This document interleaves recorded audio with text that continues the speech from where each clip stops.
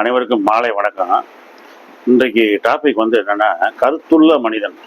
கருத்துள்ள மனிதன்னா, அதாவது அவன் அந்த அந்த மனிதர்கள் வந்து உயர்ந்த மனிதர்களாக இருக்கிறார்கள். ஒன்று, அவர்களுடைய சிந்தனை வந்து ரொம்ப உயர்வாக இருக்கு.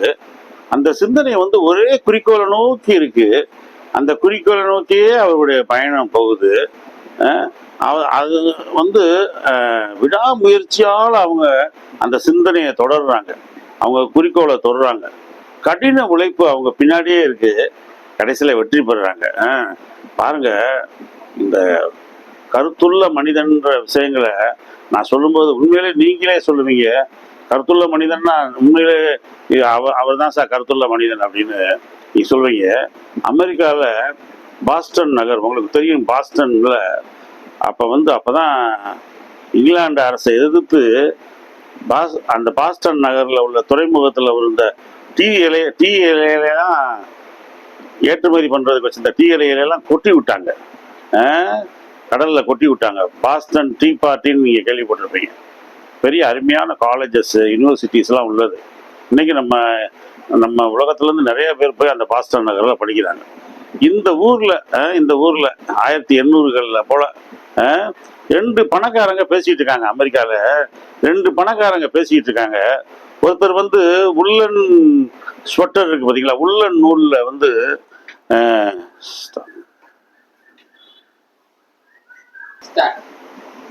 அதாவது அமெரிக்காவில் நான் ஏற்கனவே சொன்ன மாதிரி பாஸ்டன் நகரில் ரெண்டு தொழில் அதிபர்கள் பேசுகிறாங்க. ஒருத்தர் வந்து மிஷினரியெல்லாம் செய்யக்கூடியவர், இன்னொருத்தர் வந்து பின்னல் ஆடை நிறுவனம் வச்சிருக்காரு. அந்த பின்னல் அந்த துணிமணிகளெல்லாம் பின்னுறதுக்கு அந்த காலத்தில் வந்து இந்த ஸ்வெட்டர்லாம் பின்னுவாங்க பாருங்க, கையிலே பின்னுவாங்க. கையிலே பின்னாம இது மிஷினில் பின்னுறதுக்கு இவர் ஒரு மிஷினை கண்டுபிடிக்கிறாரு. இவரால் முடியவே இல்லை. அப்போ அந்த நண்பர் சொல்றாரு, நீங்க மிஷினில் பின்னுறதுக்கு உரிய மிஷினை நீங்க அதை விட்டுட்டு பேசாம நீங்க வந்து ஒரு தையல் எந்திரத்தை கண்டுபிடிச்சிடலாமே, துணிகளை தைக்கிறதுக்கு சீக்கிரமாகவும் துணிகளை தைச்சிடலாம்.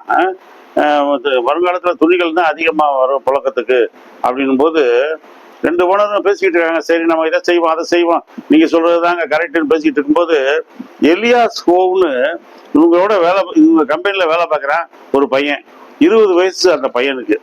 அந்த பையன் இதை கேட்டுக்கிட்டு இருக்கான். ஆனால் அவங்ககிட்ட உள்ள அவங்கள விட சீரியஸ்னஸாக இருக்கான்.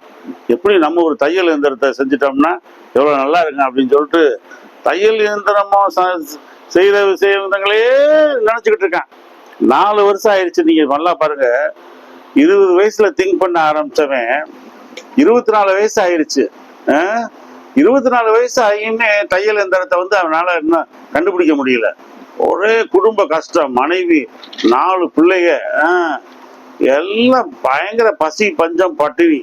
இதுக்கு மீறி அவனால ஒன்றும் செய்ய முடியாது அப்படின்னும் போது ஓரளவு மிஷினை வந்து நெருங்கி கண்டுபிடிச்சா அது பயன்பாட்டுக்கு வர நேரத்துல கையில சுத்தமா 5 பைசா கூட இல்லை அவன்கிட்ட. அப்ப அவனுடைய நண்பன் ஒருத்தன் வந்து, அவனுடைய நண்பன் ஜார்ஜ் ஃபிஷர்ன்றவன், அவனோட கிளாஸ்ல படிச்சவன். அவன் என்ன பண்றான், அந்த ஊர்ல வந்து நிலக்கரி விறகு இதெல்லாம் விற்கிறான், பெரிய பணக்காரன். அவன்கிட்ட போய் இவன் சொல்றான், அந்த மாதிரி ஒரு தையல் இயந்திரம் நான் கண்டுபிடிக்கிறேன், அதுக்கு வந்து இன்னும் முடிவு வரலப்பா, அது கொஞ்சம் பணம் தேவைப்படுது அப்படின்னு. இப்போ அவன் சொல்றான், ஒரு டீல் கண்டுபிடிச்சிரு, நீ எனக்கு நான் $500 ஒன்று கொடுக்குறேன், எனக்கு ஷேர் வேணும் 50-50 அப்படின்றான். ஓகே டீல்னு சொல்லிட்டு மிஷினை கண்டுபிடிக்கிறாங்க, தையல் இயந்திரத்தை கண்டுபிடிக்கிறாங்க. மனிதகுல வரலாற்றிலேயே மிக பயங்கரமான முன்னேற்றம். அறிவியல் கண்டுபிடிப்புகள்ல மனிதனை நாகரிகத்தோட உச்சத்துக்கு கொண்டு போயிருச்சு. எது? இந்த தையல் இயந்திரம் நாகரிகத்தோட உச்சத்துக்கு கொண்டு போயிருச்சு. மக்கள் வந்து அதுக்கு முன்னாடி சிரமப்பட்டுக்கிட்டு இருந்தவங்க இந்த தையல் இயந்திரம் பாருங்க, 1 மணி நேரத்துக்கு 300 தையல் போடுது. 1 மணி நேரத்துக்கு 300 தையல் போடுது. இன்னைக்கு மாடர்னா பயங்கர தையல் மிஷின்லாம் வந்துருச்சு. ஆனா அந்த காலத்துல இதுதான் முதல் தையல் மிஷின்.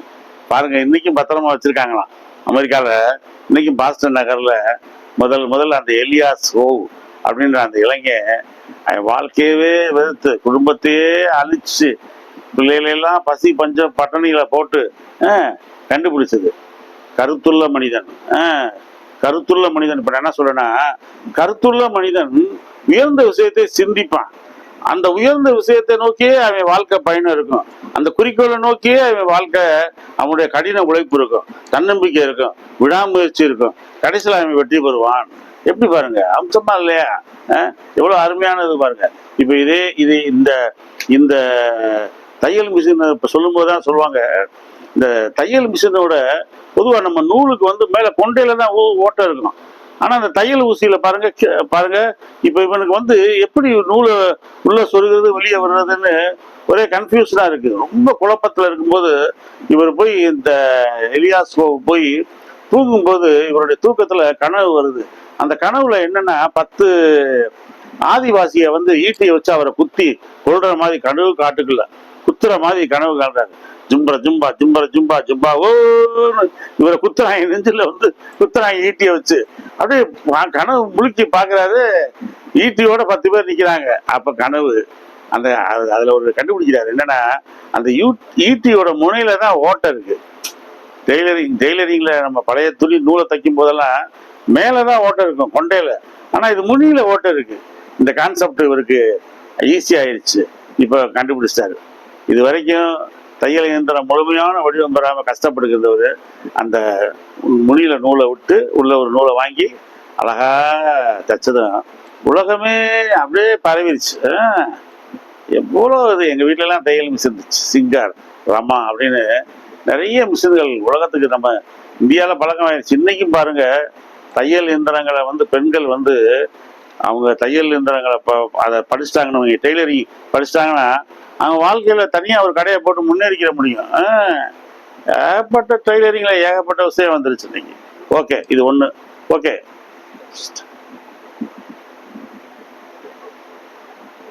இப்ப ஜேம்ஸ் வாட்டை பத்தி நான் உங்களுக்கு ஏற்கனவே சொல்லியிருக்கேன். ஜேம்ஸ் வாட் தான் நீராவி இன்ஜினை கண்டுபிடிச்சவர். எதுக்குல? ட்ரெயின்ல, ரயில்ல வந்து கண்டுபிடிச்சது ஜேம்ஸ் வாட். இந்த ஜேம்ஸ் வாட் வந்து அவங்க வீட்டில் சாப்பிட்டுக்கிட்டு இருக்கும்போது, சின்ன பையனா சாப்பிட்டுக்கிட்டு இருக்கும்போது பாத்திரம் வந்து சமையலில் கொதிக்கிற பாத்திரம் வந்து பட பட படன்னு சத்தம் கேட்குது. அப்போ என்னன்னு கேட்டால், வீட்டில் வந்து பாத்திரம் கொதிக்கும் போது நீராவி வரும். நீராவி வந்து மேலே அந்த மூடியை வந்து தூக்கும். அதனால மூடி பறந்துடாமல் இருக்கிறதுக்கு நாங்கள் மேலே ஏதாவது ஒரு கனமான பொருளை வச்சுருப்போம்ப்பா அப்படின்றது. அப்போ இவர் நீராவி வந்து இந்த மாதிரி ஒரு பாத்திரத்தோட மூடியை நகட்டுதுன்னா ஒரு பெரிய பொருளை நகட்டிடாதா அப்படின்னு இவர் கற்பனை பண்ணி தான் இன்ஜினை கண்டுபிடிக்கிறாங்க. ஜேம்ஸ் வாட் வந்து இன்ஜினை கண்டுபிடிக்கிறாரு. அப்பா, அந்த நீராவிக்குரிய மிஷினை கண்டுபிடிக்க, நிலக்கரியை போட்டு எரிக்க, ஒரு அடி தூரம் ஒரு ட்ரெயின் நகலணும்னா,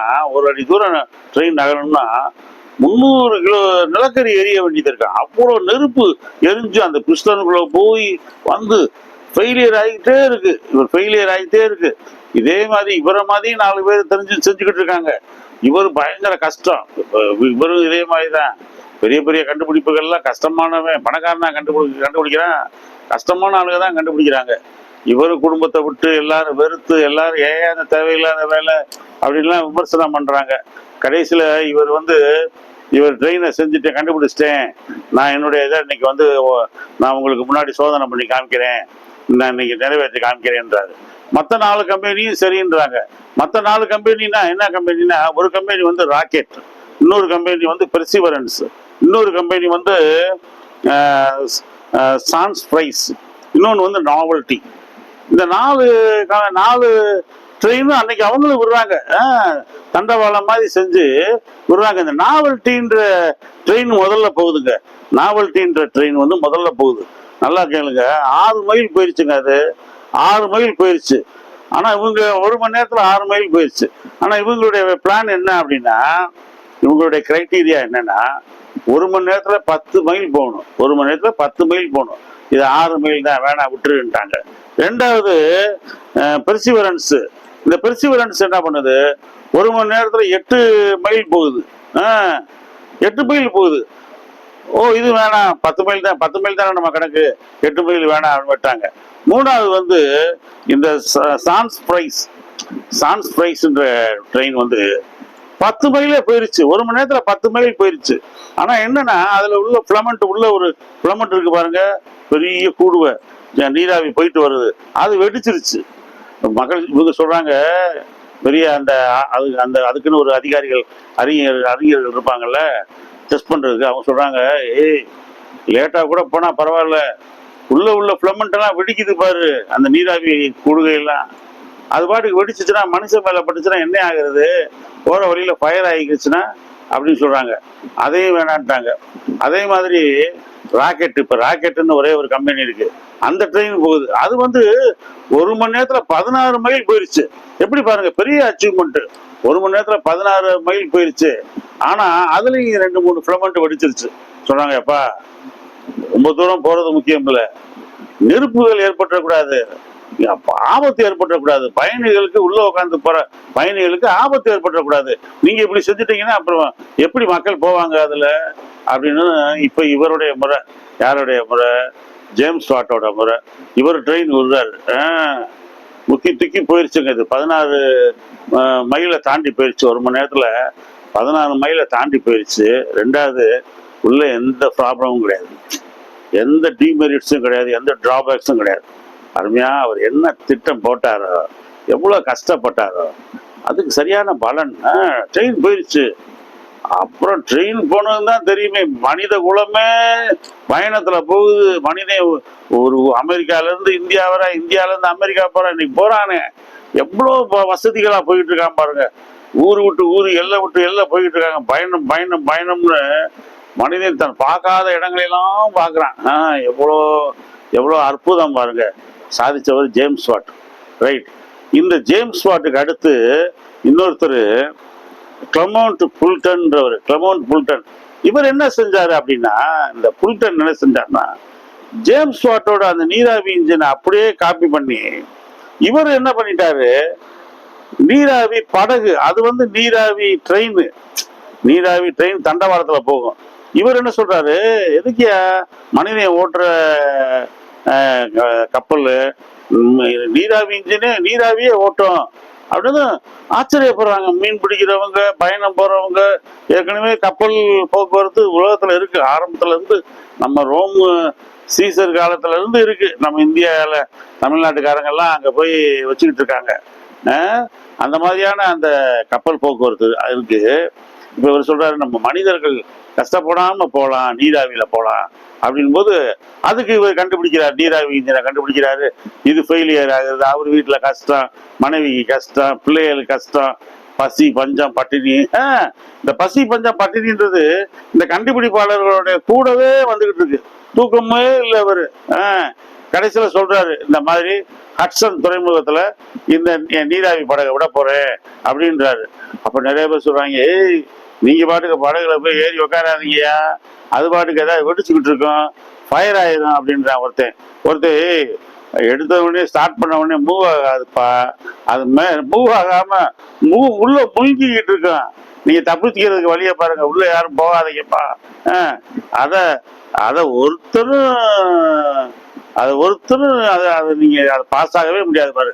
தண்ணிக்குள்ள போய் போறதை போய்கிட்டு, படகு ஓட்டுறதை போய்கிட்டு எப்படியா நீராவி இன்ஜின் ஒர்க் ஆகும் அப்படின்னு எல்லாம் விமர்சனம் பண்றாங்க. பாதி பேர் இவரை பார்த்தாலே முறைக்கிறாங்க, இவரை பார்த்தாலே வெறுக்கிறாங்க.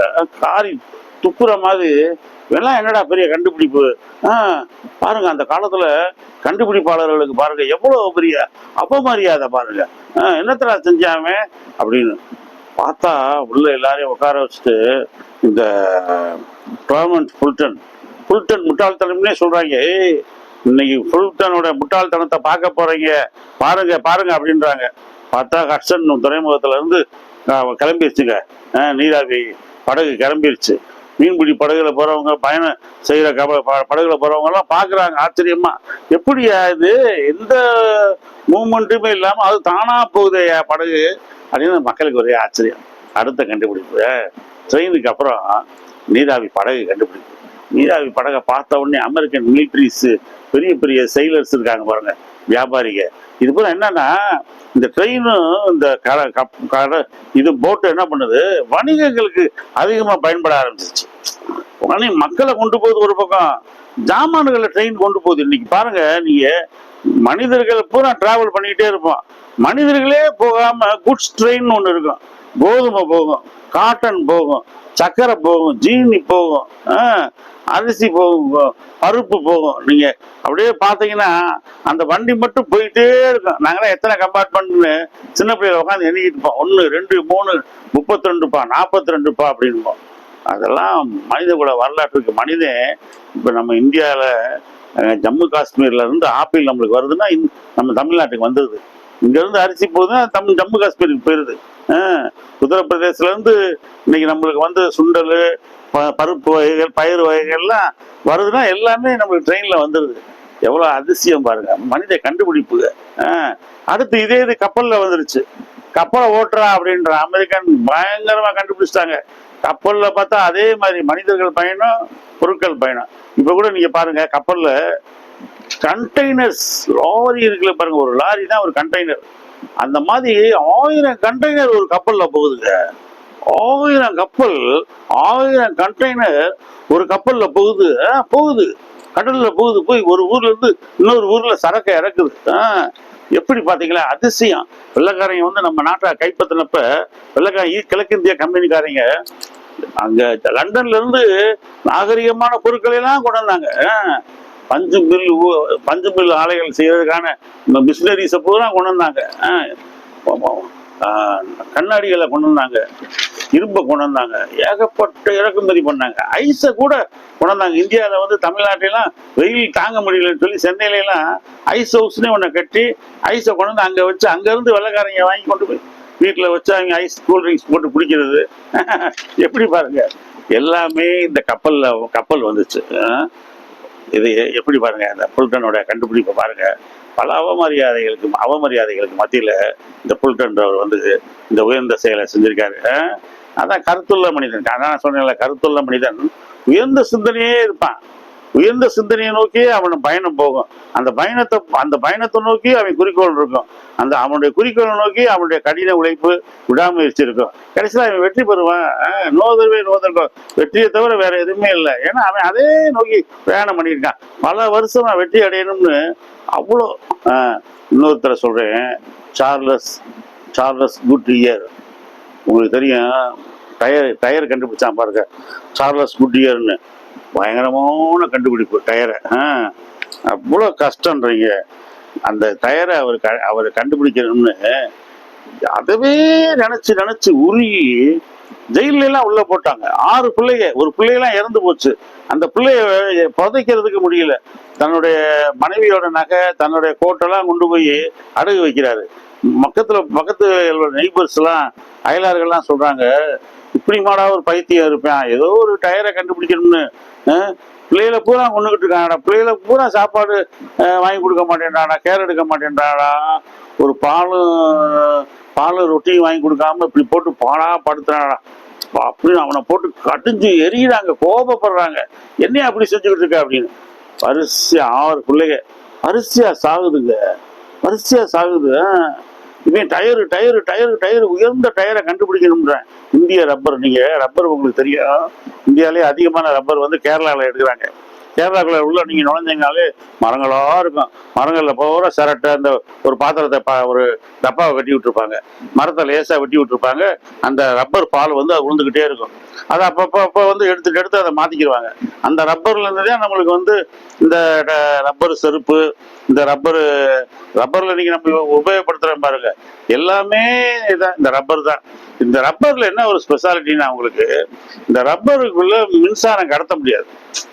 நீங்க அதனாலதான் நீங்க எப்பயுமே நீங்க வயரிங் ஒர்க் நம்ம பண்ணும்போது காலில் ஒரு ரப்பர் செருப்பு போட்டுக்கப்பா அப்படின்பாங்க. வயரிங் ஒர்க்கு வந்து என்னாங்கன்னா, இந்த மின்சாரம் வந்து மரத்துல கட்டையில நுழையாது, மரக்கட்டையில நுழையாது, இந்த ரப்பர்ல நுழையாது. அப்ப ஒரு மர டேபிள போட்டு அது மேல ஏறி நின்று ஒருத்தர் வயரிங் பார்ப்பாரு. இல்லைன்னா ரப்பர் செப்பல் போட்டுக்கிறார். ரப்பர் வந்து மின் கடத்தா பொருட்கள், மின்சாரத்தை அது கடத்தாதுங்க. சரி, இப்ப இந்த சார்லஸ் குட்இயர் வந்து அப்படியே பைத்தியமாவே போயிட்டாரு. அதை பத்தி எழுதுனா அந்த அவருடைய ரப்பரை கண்டுபிடிச்ச உடனே 1,00,000 தொழிலாளர்கள் வேலை பார்க்குற இடத்துல 500 முறை அந்த ரப்பரை போட்டு போட்டு எரிச்சு எரிச்சு பார்த்தாங்களாம். அந்த ரப்பர் உண்மையானதானா, குவாலிட்டியானதானா, தரமானதானா அப்படின்னு. இவருக்கும் மனைவி கஷ்டம், ஜெயிலுக்கு போயிட்டாரு, பிள்ளைகளுக்கு பசி பஞ்சம் பட்டினி, 6 பிள்ளைகளும் செத்து போச்சுங்க, பைத்தியக்காரன்னு புறக்கணிக்கிறாங்க. ஆளே எலும்பு கூடு மாதிரி ஆயிட்டாருங்க இந்த சார்லஸ் குட்டியர். ஆளை எலும்பு கூடு மாதிரி ஆயிட்டாரு. இவர் ஒருத்தனை வச்சு வேலை வாங்குறாரு. இந்த வேலைக்காரனுக்கு இவரால் சம்பளம் கொடுக்க முடியல. அவன்கிட்ட எக்ஸ்கியூஸ் கேட்டு இவர் சட்டையை கழட்டி இவர் கோட்டை கழட்டி கொடுக்குறாரு, இந்த அதை வச்சுக்க, நீ வேலைக்கு வர வேணாம் போ அப்படின்னு. ஏன்னா அந்த ரப்பரை வந்து எரிக்கிறாரு பாருங்க. இவரே செங்கலை கொண்டு வந்து அடுக்கி செங்கல் சூளை செஞ்சு, செங்கல் சூளையில நெருப்பு எரிப்பாங்க. அது மாதிரி அந்த செங்கல் சூளையில வச்சு ரப்பரை எரிக்கிறாருங்க. கடைசியில பார்த்தா உங்க ரப்பரை நாங்க டெஸ்ட் பண்றோம், பண்ணுங்க. 1,00,000 தொழிலாளர்கள் வேலை பார்க்கக்கூடிய அந்த ஒரு கம்பெனியில 500 முறைக்கு மேல இவர் ரப்பரை எரிக்கிறாங்க. எரிச்சா நம்பர் 1 ரப்பர், குவாலிட்டியான ரப்பர். அப்பா, மிகப்பெரிய ஆராய்ச்சா சார்லஸ் குட்டியர். எவ்வளவு பெரிய கண்டுபிடிப்புகள். இன்னைக்கு நம்ம சாதாரணமா பைக்ல சைக்கிள்ல போறோம் பாருங்க, எல்லாம் இந்த சார்லஸ் குட்டியரோட கண்டுபிடிப்பு தான். குட்டியர்னு போட்டிருப்பாங்க அந்த டயர்ல பாத்தீங்கன்னா. இவருடைய பேரு குட்டியர்ன்றது சார்லஸ் குட்டியர். நல்ல வருஷத்துல பிறந்திருக்கான். அதான் நல்ல செயலை செஞ்சிருக்கான் பாருங்க, போராட்டம். அதான் நான் திரும்பவும் சொல்றேன், கருத்துள்ள மனிதன் உயர்ந்த சிந்தனைகளே செய்வான். அவனுடைய குறிக்கோளை நோக்கியே பயணம் இருக்கும். அந்த பயணத்தை நோக்கியே அவனுடைய கடின உழைப்பு இருக்கும், தன்னம்பிக்கை இருக்கும். இறுதியில் அவன் எதை நினைச்சானோ, அவனுடைய குறிக்கோள் என்னவா இருந்ததோ அதில் வெற்றி பெறுவான். நான் வந்து இப்ப இதுல சொல்றத, நான் படிச்சதுல வந்து ஒரு 10% கூட நான் சொல்லலை. அவ்வளோ கஷ்டம் அவங்க பட்ட கஷ்டம், மனைவி பட்ட கஷ்டம். அப்பா எப்படி இருக்கும் பாருங்க. சரி, இப்ப இன்னொரு விஷயம் சொல்றேன் நான்.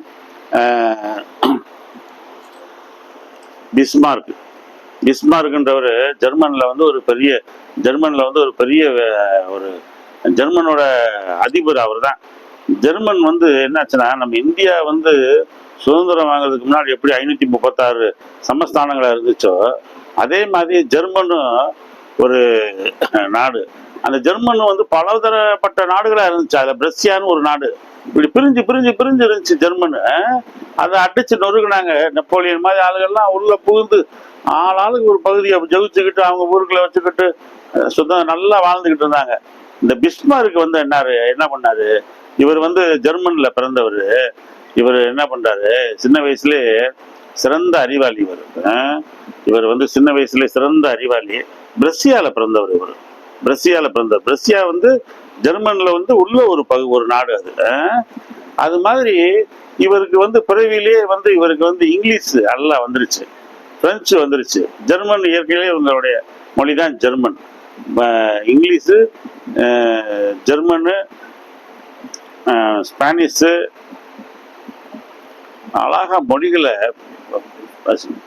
பிரெஞ்சு அழகா பேசுறாருங்க. லா படிச்சிட்டாரு, அந்த காலத்துல லா படிச்சிட்டாரு பிஸ்மார்க். இவர் என்னன்னா, ரஷ்யாவோட தூதரகத்துல வேலை பார்க்கிறாரு. ரஷ்யாவோட தூதரகத்துல ஜெர்மன் சார்பா போய் வேலை பார்த்தப்ப உலக அரசியல் இவருக்கு தெரிஞ்சிருச்சு. இந்த ரஷ்யன்ஸ் எப்படி முன்னேறாங்க, எப்படி. அப்ப வந்து லெனினும் ஸ்டாலினும் ரஷ்யால, இன்னைக்கு தான் ரஷ்யா கோர்பாச்சேவ் பீரியட்ல பிரிஞ்சிருச்சு. அன்னைக்கு பிரிக்க முடியாத ஒரு நாடா இருந்துச்சு. ரெண்டாவது, ரஷ்யா வந்து ஒரு இரும்பு துறை நாடு. உள்ள நடக்கிறது வெளியவே தெரியாது, ஆனா உள்ள எல்லா விஷயங்களும் நடக்கும். ஒரு அமெரிக்கா ஒரு ராக்கெட்டை கண்டுபிடிச்சாலும் அவங்கள கண்டுபிடிச்சிருவாங்க. ஆனா எப்படி கண்டுபிடிச்சாங்க, ஏது கண்டுபிடிச்சாங்கன்னு தெரியாது. எல்லாமே உள்ள ரஷ்யாவில் இருக்கும். அதெல்லாம் உள்ள ரஷ்ய தூதரகத்துல இருந்து இவர் வந்து ஜெர்மன் தூதரகத்துல வேலை பார்க்குறாரு ரஷ்யால. அங்கிருந்து இவர் ஸ்டடி பண்றாரு.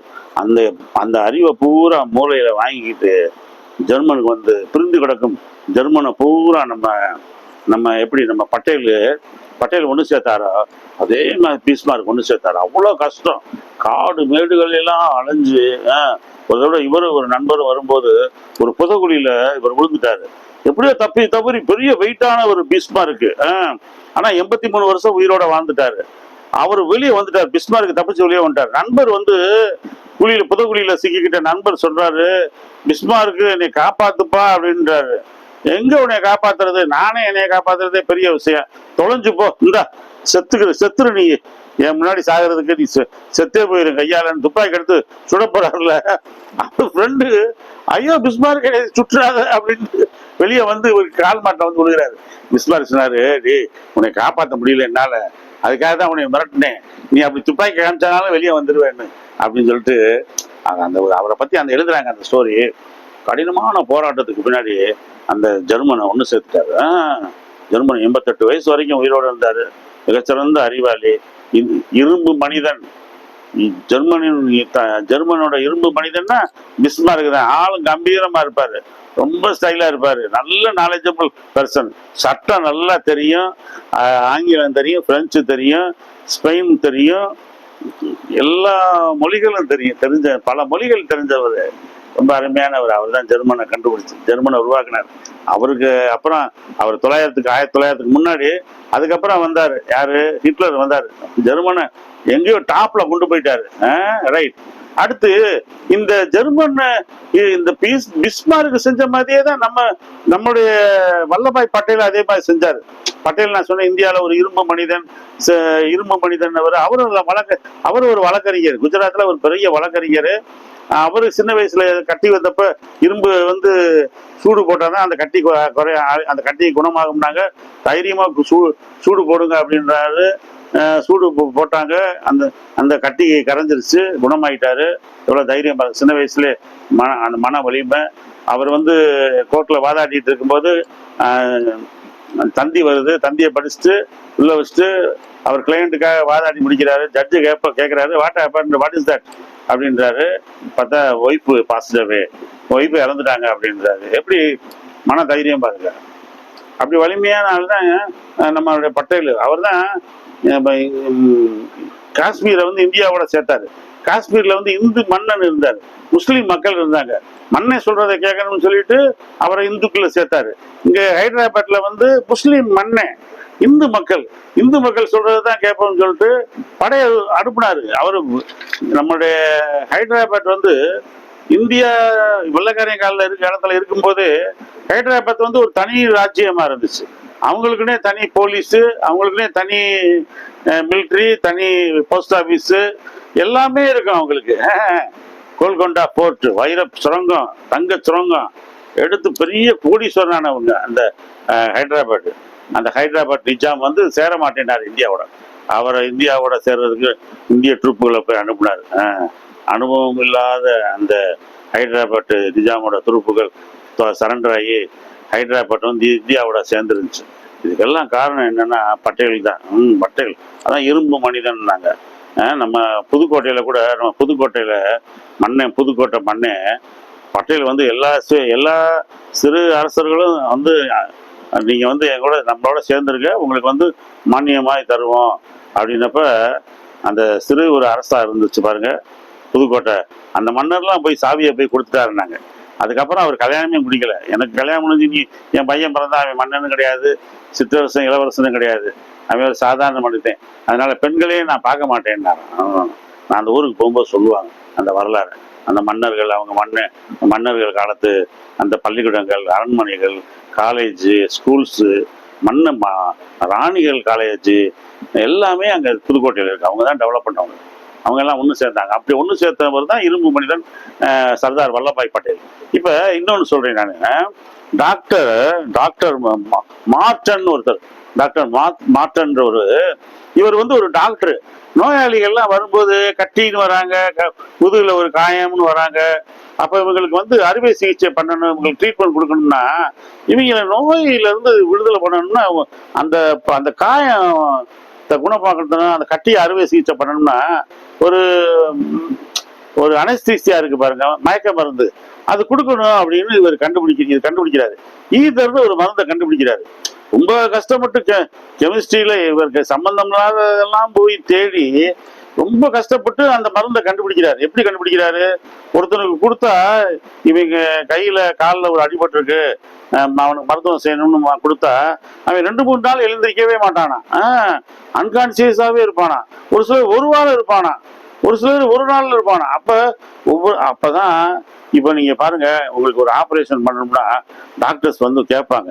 அனஸ்தீசியா வந்து அவர் வந்து கேட்பாரு, உங்களுக்கு என்ன ஏஜ், என்ன கம்ப்ளைண்ட் இருக்கு, தூங்குனீங்கன்னா தூக்கம் மாத்திரை போடுவீங்களா, அப்படின்னு நம்மளுடைய உடம்புல உள்ள ஸ்டேஜ், வயசு, நம்மளுக்கு ஏதாவது வேற மாத்திரை எடுக்கிறோமா எல்லாத்தையும் கேட்டுக்கிட்டு தான் நம்மளுடைய கண்டிஷனை கண்டுபிடிப்பாங்க. இவருக்கு இந்த டோஸ் கொடுங்க, இவருக்கு இந்த டோஸ் கொடுங்க அப்படின்னு. ஏன்னா ஒரு சிலருக்கு டோஸ் அதிகமாக கொடுத்தா முழிக்காமே கூட போயிடுவாங்க, அப்படியே அன்கான்சியஸாவே கோமா ஸ்டேஜுக்கு போயிடுவாங்க. இன்னைக்கு அனஸ்தீசியா வந்து அந்த அளவுக்கு டெவலப் ஆயிருச்சு. அன்னைக்கு வந்து அந்த ஈதரை அவர் கண்டுபிடிச்சு கொஞ்சம் கொஞ்சமா கொடுத்து கடைசியில மக்கள் சப்போர்ட் வாங்கினாரு. வழி இல்லாம வைத்தியம் பார்த்தாரு ஈதர் டாக்டர் டாக்டர் மார்டன். அதான் நான் சொல்றேன், இந்த கருத்துள்ள மனிதன் பாருங்க, உயர்ந்த விஷயத்தையே சிந்திப்பான். அந்த உயர்ந்த குறிக்கோளை நோக்கியே அவன் பயணம் போயிட்டு இருக்கும். அதுலயே அவனுடைய வாழ்க்கை தொடரும். அவனுடைய நம்பிக்கையும் அவனுடைய விடாமுயற்சியும் அவன் எந்த பாதையில போறானோ அந்த பாதையிலேயே போயிட்டு இருக்கும். அவனை பேக் அடிக்கவே விடாது, பின்னால சிந்திக்கவே விடாது. இறுதியில் வெற்றி பெறுவான். இதுதான். இப்ப இதே எனக்கு லாஸ்ட்ல ஒண்ணு சொல்லி முடிக்கிறேன். தாமஸ் கார்லைல் ஒரு பெரிய அறிஞர். தாமஸ் கார்லைல் யாருன்னா ரொம்ப ஃபேவரட் அமெரிக்காவோட எமர்சனோட அந்த டைம் உள்ளவங்க. அவங்கெல்லாம் ஒருத்தர் சந்திச்சுக்கிட்டவங்க. இவர் வந்து ஸ்காட்லாண்டுக்காரு, ஸ்காட்டிஷ் மேன்.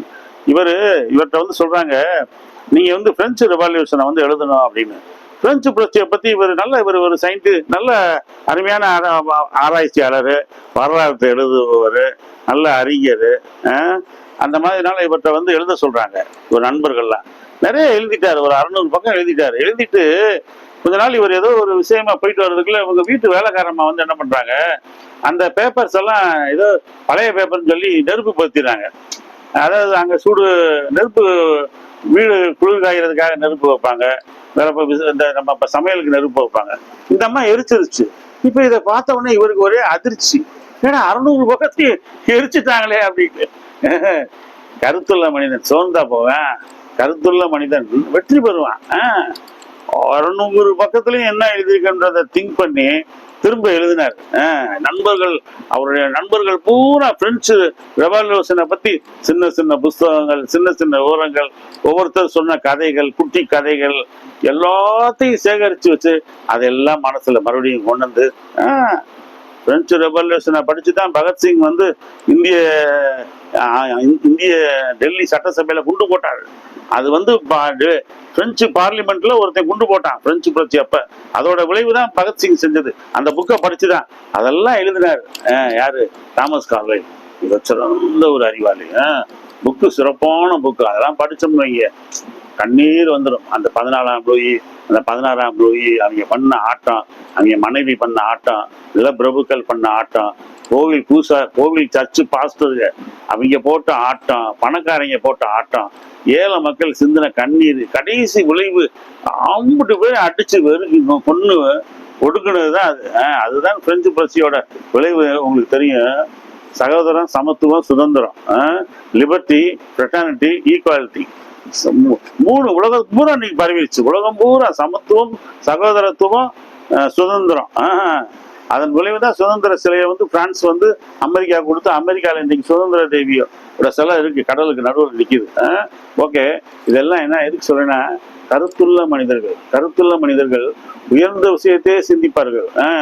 நீங்களும் உயர்ந்த விஷயத்தையே சிந்திங்க. தாழ்ந்த விஷயம்னா என்ன தெரியுமா? தாழ்ந்த விஷயம்னா நான் சொல்றேன், ஒருத்தனை பாக்குறான், பார்த்துட்டு ஏங்க என்ன நல்லா இருக்கீங்களா, நீங்க நல்லா இருக்கேன்றாரு அவரு. உங்க மகன் என்ன செய்யறா, படிக்கிறான்னு கேள்விப்பட்டேன். படிச்சுட்டாங்க. அப்புறம் வேலைக்கு போறாங்க, வேலைக்கு போயிட்டாங்களா, கல்யாணம் ஆயிடுச்சா, குழந்தை பிறந்துச்சா, டைவர்ஸ்ன்னு கேள்விப்பட்டேன். ஒருத்தனை பார்த்த உடனே அவனை எதை எங்க குத்துனா அவனுக்கு வலிக்கும்னு அவனை கேட்கறது. உங்க மகன் எப்படி இருக்கான், என்ன படிக்கிறானா, அவன் தண்ணி அடிக்கிறான்னு கேள்விப்பட்டேன், நேற்று பிளாட்ஃபார்ம்ல நேற்று கடந்தான்னு கேள்விப்பட்டேன், நேற்று போலீஸ்ல பிடிச்சிட்டு போயிட்டாங்க கேள்விப்பட்டேன். எடுத்தது இதை கேட்கறது. அந்த மனிதனுடைய உயர்ந்த விஷயங்களை எல்லாம் விட்டுட்டு நீங்களும் யாரையும் சந்திச்சீங்கன்னா உயர்ந்த விஷயங்களை கேளுங்க. அப்படி இல்லையா அந்த மனிதனை பத்தி எதுவுமே பேசாதீங்க. நல்லா இருக்கீங்களா சார், நீங்களும் உங்க குடும்பம் நல்லா இருக்கணும்னு கடவுளை நான் பிரார்த்திக்கிறேன் அப்படின்னு தான் இருக்கணும். அடுத்தவனை வந்து அப்படியே நரக வேதனையை ஏற்படுத்துற மாதிரி. அவன் எதை சொன்னா அவன் வந்து அவன் அவன் அவன் அவன் அழிவான். அவன் எதை சொன்னா அவன் வேதனை அடைவான். எதை சொன்னா அவன் அவன் அவன் அவன் தடுமாறுவான். அவனுக்கு ரொம்ப கஷ்டமா இருக்கும் அப்படின்றத தெரிஞ்சு அவன் நெஞ்சில குத்துறது. அது நெஞ்சில குத்துறது இல்லை, அது முதுகுல குத்துறது. அது வந்து தவறான எண்ணங்கள், கருத்துள்ள சிந்தனைகள். நீங்க வந்து கருத்துள்ள சிந்தனையா இருக்கணும், உயர்ந்த சிந்தனையா இருக்கணும், உயர்ந்த எண்ணங்களா இருக்கணும், உயர்ந்த லட்சியங்களா இருக்கணும், உயர்ந்த செயலா இருக்கணும். உங்கள்கிட்ட வந்து நீங்க வந்து ஒரு துர்ச்சிந்தனைக்காரன் அப்படின்னா, நான் என் துர்ச்சிந்தனை என் நற்சிந்தனை என்னுடைய நற்சிந்தனையால் வென்றேன்னாரு சாக்ரட்டிஸ். உங்களுடைய உருவத்தை பார்த்ததும் சொன்னாங்க நீங்க வந்து துர்ச்சிந்தனை உள்ளவன் அப்படின்னு. என்னுடைய துர்ச்சிந்தனையை என்னுடைய துர்ச்சிந்தனை என் நற்சிந்தனையால் வென்றேன்னாரு சாக்ரட்டிஸ். அதான் உலகத்தளவு பற்றப்பட்டவர். நம்மளுக்கு கெட்ட எண்ணங்கள் வரும், அதை வந்து நம்மளை டாமினேட் பண்ண விட்டுறக்கூடாது. குறிப்பா நம்ம அடுத்தவங்களையோ மற்றவங்களையோ புண்படுற மாதிரி பேசிடக்கூடாது. தயவு செய்து அதை வந்து நம்ம நிறுத்திக்கிறணும். அந்த நேரத்துல வாயை மூடிக்கிறோம். ஏன்னா அடுத்தவனை அப்படி நம்ம கேட்டுட்டு நம்ம ஜாலியா மகிழ்ச்சி அடையிறோம். நீங்க அது முற்பகல் செய்யும் பிற்பகல் விளையும், நம்ம வீட்டிலேயே நடக்கும். அதனால நண்பர்களே, உயர்ந்த சிந்தனையை சிந்திங்க. அதை நோக்கியே உங்க வாழ்க்கை பயணம் போகட்டும், உங்களுடைய சிந்தனை பயணம் போகட்டும். நீங்க வெற்றி பெறுவீர்கள். உங்களுடைய விடாமுயற்சி, தன்னம்பிக்கை உங்களை வெற்றியான பாதையை கொண்டு போகும். வெற்றி நிச்சயம். வாழ்த்துக்கள். நன்றி. வாட்ஸ்அப் கூட்டுங்க, பட்டன் நம்புங்க, எல்லாம் எனக்கு உதவி செய்யுங்க. தேங்க்யூ. Thank you all.